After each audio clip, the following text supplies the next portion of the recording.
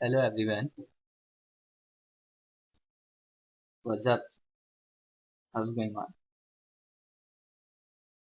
Good, it must be fine.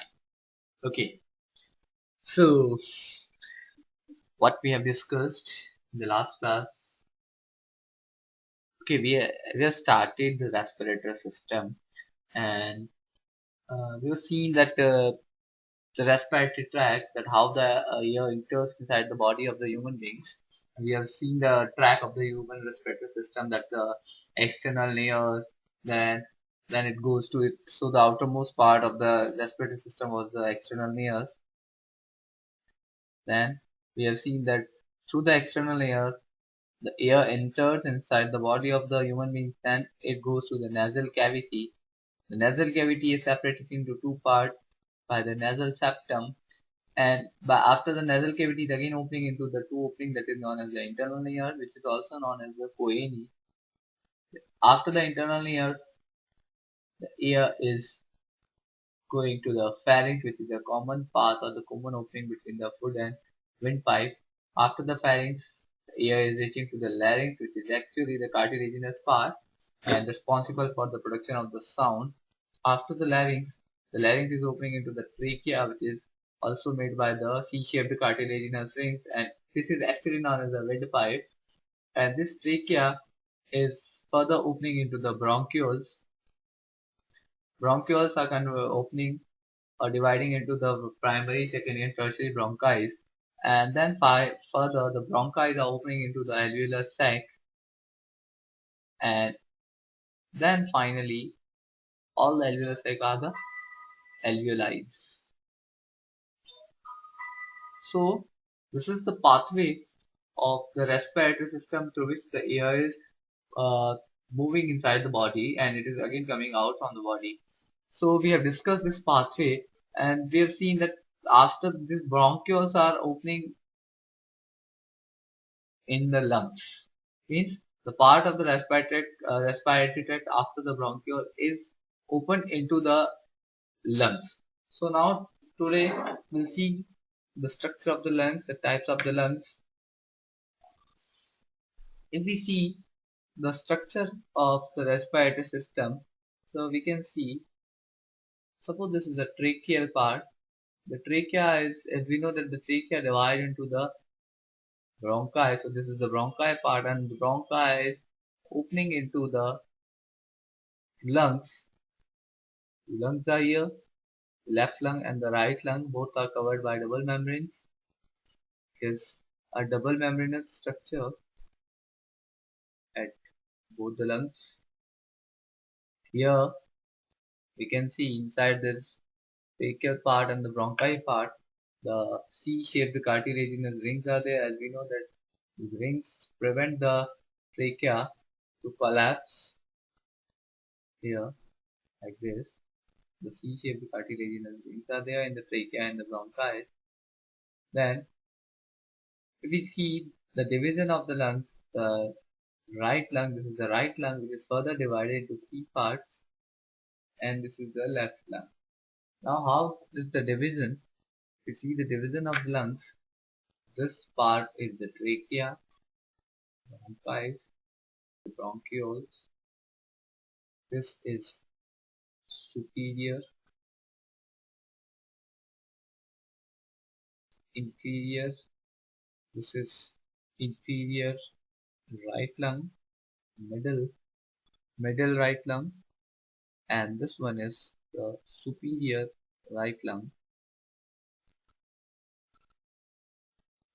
If we see the membranes, this one is the parietal pleura, the outermost layer of the lung, the parietal pleura, and second membrane, this is the visceral pleura.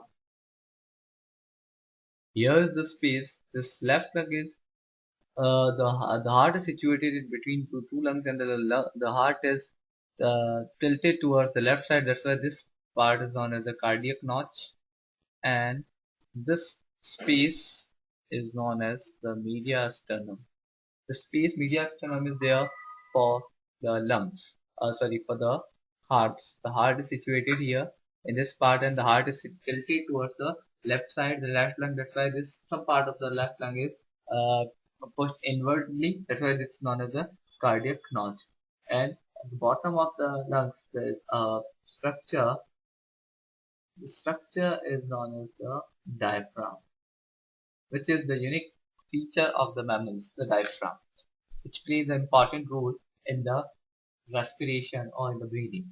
So this was all about the respiratory tract, how the air is entering and how the air is reaching to the lungs. Okay, now if we see internally, uh, these are the bronchioles. As we have seen that these are again divided into the further parts, the bronchioles, bronchi, and the primary, tertiary bronchioles, and finally it is reaching to the alveolar sacs. So these sac-like structure where the air finally reach. So this was the structure of the respiratory tract. Now next we'll see the part of the respiration. Parts of means the process of respiration is completed in the different stages, or we can different parts. The first is the external respiration. Next one is the internal respiration, and the last one is cellular respiration.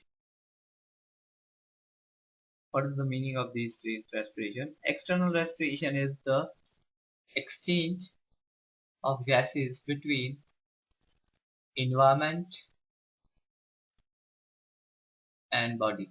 Means the gaseous exchange, the gases which we are taking in, which are inhaling inside our body from the environment, that kind of respiration is the external respiration.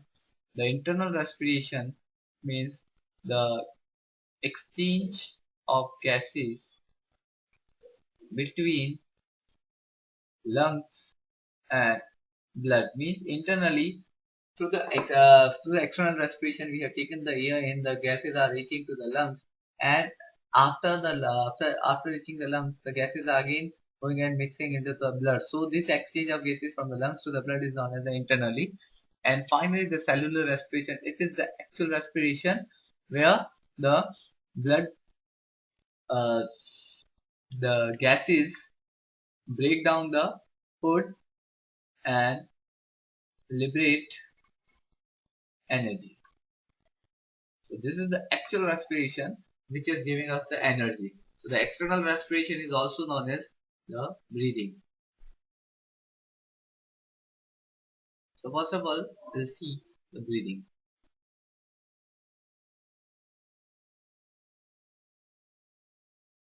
Basically, what is the meaning of breathing? Taking in and giving out or throwing out the gases. Means the gases which we are taking inside the body and giving out of the body is known as the breathing. So the breathing is completed into two parts. One is the inhalation, and the second one is the exhalation.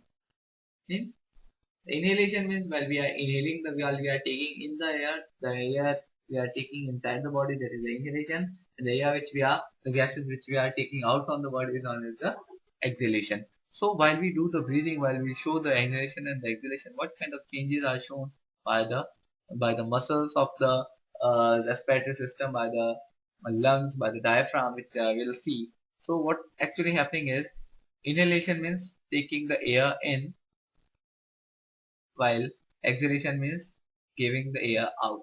Here the volume of lungs increases because we are taking the air inside the lungs, we are feeling the air inside the lungs, so the volume of the lungs increases, and here the volume of lungs decreases. While we are showing the inhalation, the intercostal muscles move upward and outward. The muscles which are present there in the intercostal muscles, which are connected by the ribs, so they move upward and outward. That's why the volume of the lungs increases and the air goes and fills inside the lungs. While the oppositely, the intercostal muscles move downward and inward. So this is just opposite. While we will release the gases, while we will release the air out from our lungs. So what will happen? The chest, the volume of the the lungs or the volume of the chest cavity will again decrease, and what will happen? The intercostal muscles will again move down and they will come inside. So the diaphragm become flat while we will feel the lungs or the chest cavity by the air. So the diaphragm which is connected to the lungs, it will come down, it will become the flattened structure, and similarly while we will release the air out from the lungs, again the diaphragm becomes the dome shape.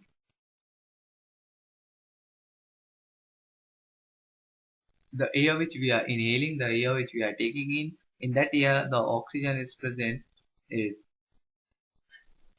21% and the CO2 is 0.04%. While the air which we are exhaling is oxygen is 16% and the carbon dioxide is 4%. In the normal condition, the normal breathing is also known as the abdominal breathing. This breathing is known as this breathing is shown by the normal breathing or the normal condition, while the pregnant women shows the thoracic breathing. This is the vigorous exercise or the forceful breathing is known as the thoracic breathing, the forceful condition or the forceful breathing. But the pregnant woman only shows the thoracic breathing because they cannot show the abdominal breathing or the normal breathing because they have to take the air inside or outside. They have to show their breathing very fast, or they have to show it forcefully. That's why then only they can get the oxygen properly in their body. That's why they have to show the thoracic breathing in their body. Okay, so for today we are stopping only here. Now further the next part of this chapter will start in the next class. Till then, bye bye. Have a nice day. Thank you.